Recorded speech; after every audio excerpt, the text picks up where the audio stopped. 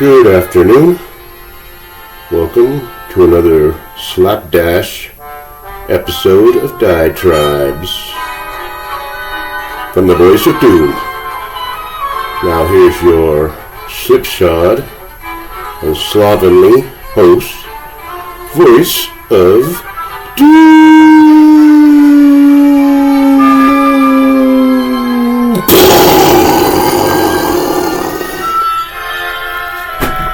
Hello.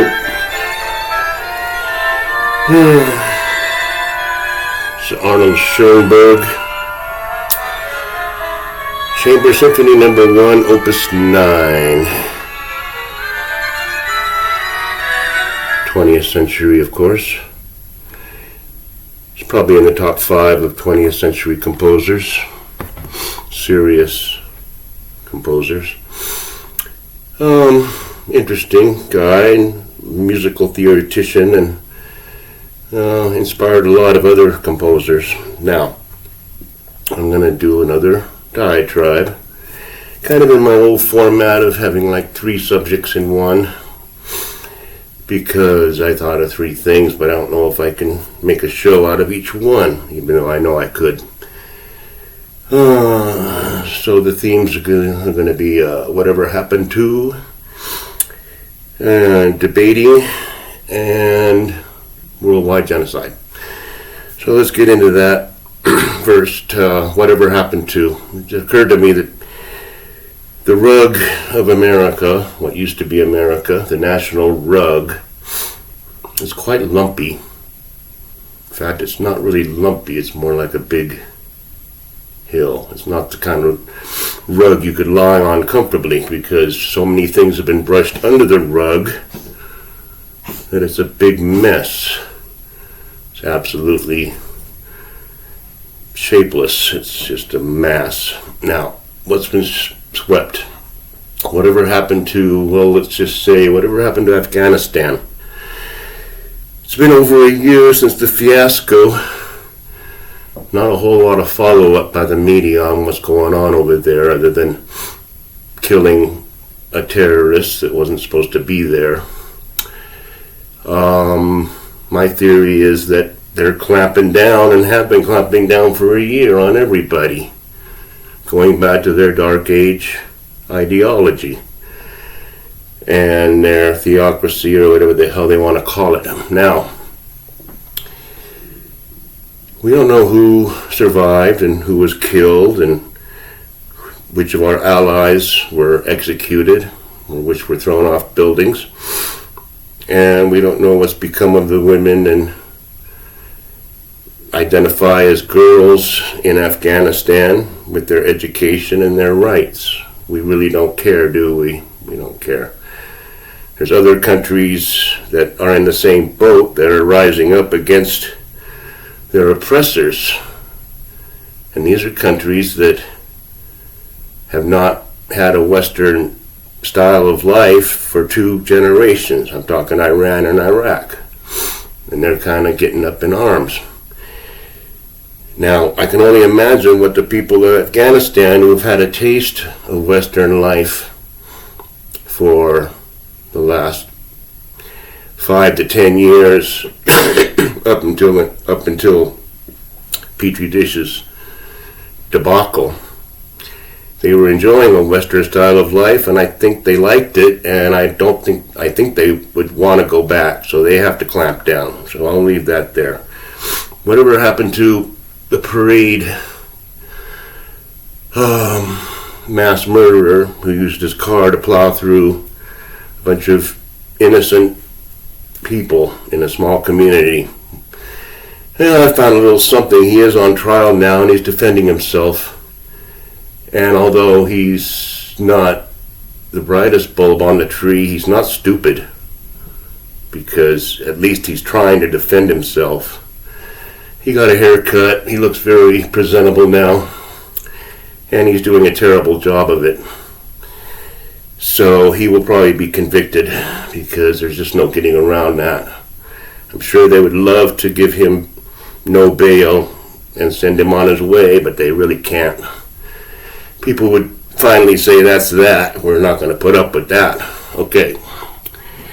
whatever happened to the leaker in the Supreme Court, a severe breach of security and an unprecedented leak of the Supreme Court's decision, which caused a big hubbub and put certain justices' lives in jeopardy. Now, tell you what's happened. Nothing. They haven't found the guy. They just cannot find out who did it, which is so much BS it doesn't even warrant comment. If they wanted to find out who leaked, they would find out. Come on. Oh, we have all kinds of technology. We can make a chip this size with 500 billion megabytes of information on it. But we just can't find this guy who, or gal, or whatever the hell their gender identity is. Can't find out who leaked that thing. Okay. Bunch of BS, crap, everybody knows it. Oh, what else have we not heard of a lot? Well, here's something you'll never hear about. Whatever happened to the Mar-a-Lago raid? I said back when it happened they better come up with something fast, and they've come up with nothing. If they had come up with something, they would have let us know. Right away, in big banners, skywriting, we found something. Okay, so we know whatever happened to stuff, whatever happens is what they want to happen. They don't want anything, then we hear nothing. And we've moved on from Mar-a-Lago, so we don't have to worry about the FBI being Gestapo. We do not have to worry about that because we have bigger worries. So they raided Orangey's house and they haven't come up with anything apparently. And we're just going to take it lying down under the rug. Lying down under the rug with all the other garbage that's under there. Now, just think about what things that have happened in the last few months to a year and how we don't hear much more about it. Let's move on to another subject. What was my other subject? Oh yeah, the debates. Okay. Most of the debates were with politicians, and I didn't watch any of them. I watched highlights on the news, and normally, and most of the time, I kind of side with the goppers because they seem more rational. And especially when you have people in power and the whole world's going to hell, it's very easy pickings to debate and say, what are you doing about this? What are you doing about this? What are you doing about this? Okay. So the people that are out have a much better position because the people that are in have to obfuscate and just hem and haw and blame Trump. Now we had one debate that everybody was very much looking forward to. And these are gubernatorial debates, which normally nobody gives a crap about. But in this election they are, and I'll tell you why they are. Because of March of 2020. They shut down the world. And they had their own nefarious reasons for doing that. Whether it was a social experiment or whether it was a way to reconfigure everything. When they shut down the world, they had unintended consequences. That was that people start taking interest in politics and social happenings, mores. First of all, they realized that governors have a lot more power than they thought. When the governor shut down Nevada and every single casino, people suddenly are going, hey, this governor's race means something. These guys can do stuff when they want to, especially bad stuff. Another thing that had opened people's eyes up was to education, because kids were getting remote learning. Parents were looking over their shoulder to see how they were doing, and they were aghast. And they were apoplectic about what the curriculum was in the schools. Now people are interested in schools. I'm studying more about school trustees on the ballot than I am the major races, because I've already decided the major races. I already know what I'm going to do. Nevada is very, very, very important to this election. Now we better take it seriously, because whoever wins the Senate race, I think the Congress legislator is already in the bag, but whoever wins this Senate race may decide the fate of our entire planet. Now, the main debate everybody was interested in was the Fetterman-Oz debate. Now, obviously we know why, because we know Fetterman is mentally challenged, and that's putting it nicely. Not to put him down, I feel sorry for him. That's what they always have to say. They got the caveats in there. We're not putting down people who have had maladies, but do you think we should vote for him for governor? Okay.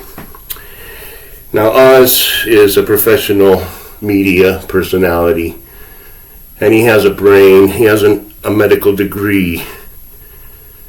And just the snippets I saw of the Fetterman-Oz, I could see that Oz has it together. And I don't consider him to be a right-wing fanatic. But Fetterman was gone. And the fact that the race is neck and neck just exemplifies and solidifies my theory of the idiot block.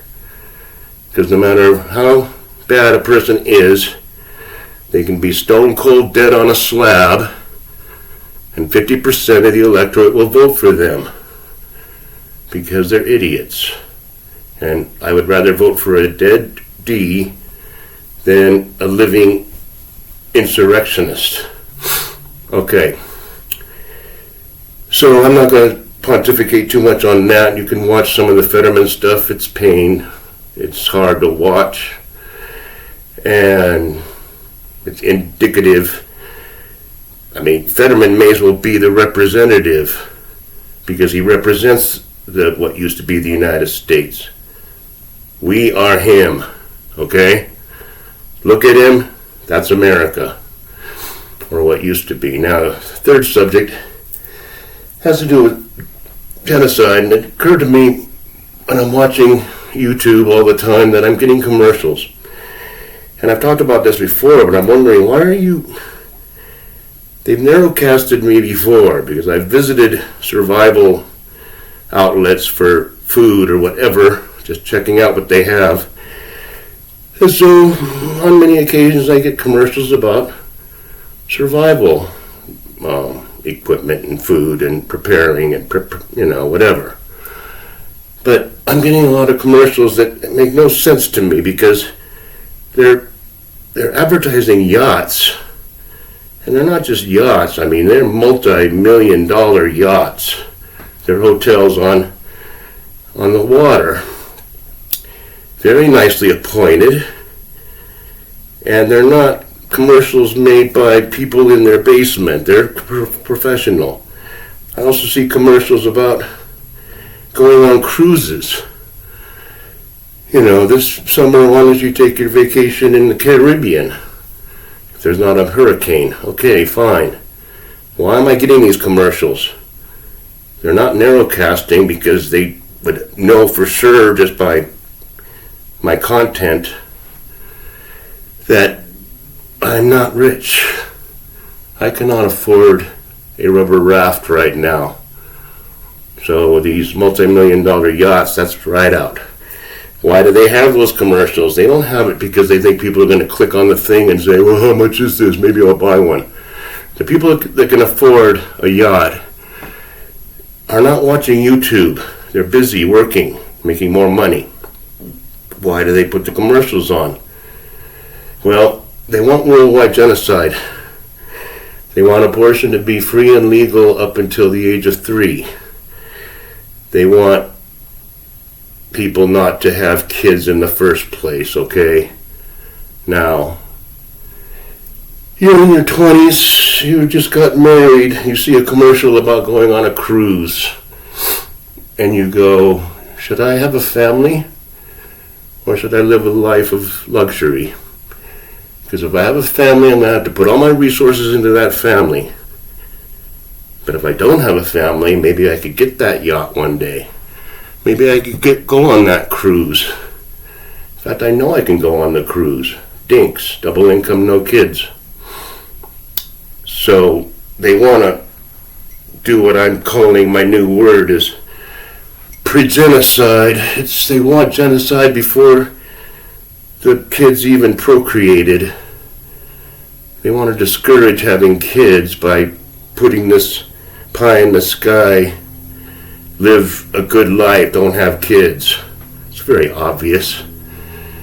So you got pregenocide, you got people, you got the powers that be that want no procreation. You don't have to worry about abortion if you don't have any embryo in the first place. So that's a good way. Now that's a long-term solution. I think they're going to kill a lot more people in the near future, so they don't have to worry about that. But just in case things keep sloshing on and dragging the way it has, just make sure this generation knows, don't have kids. So it went longer than I thought. I'm sorry it was boring. But I wanted to get those 3 ideas out real quick because we got 13 days until the day of reckoning. And by the way, I'm sick of Kudlow saying the cavalry's coming. If he thinks the Goppers are the cavalry, it's pathetic. So Larry, stop saying the cavalry's coming as if these Goppers are big on their horses. I'm coming to the rescue. Come on. You've been around. So I'll leave it at that. I said everything I pretty much wanted to say. And enjoy the day. Goodbye.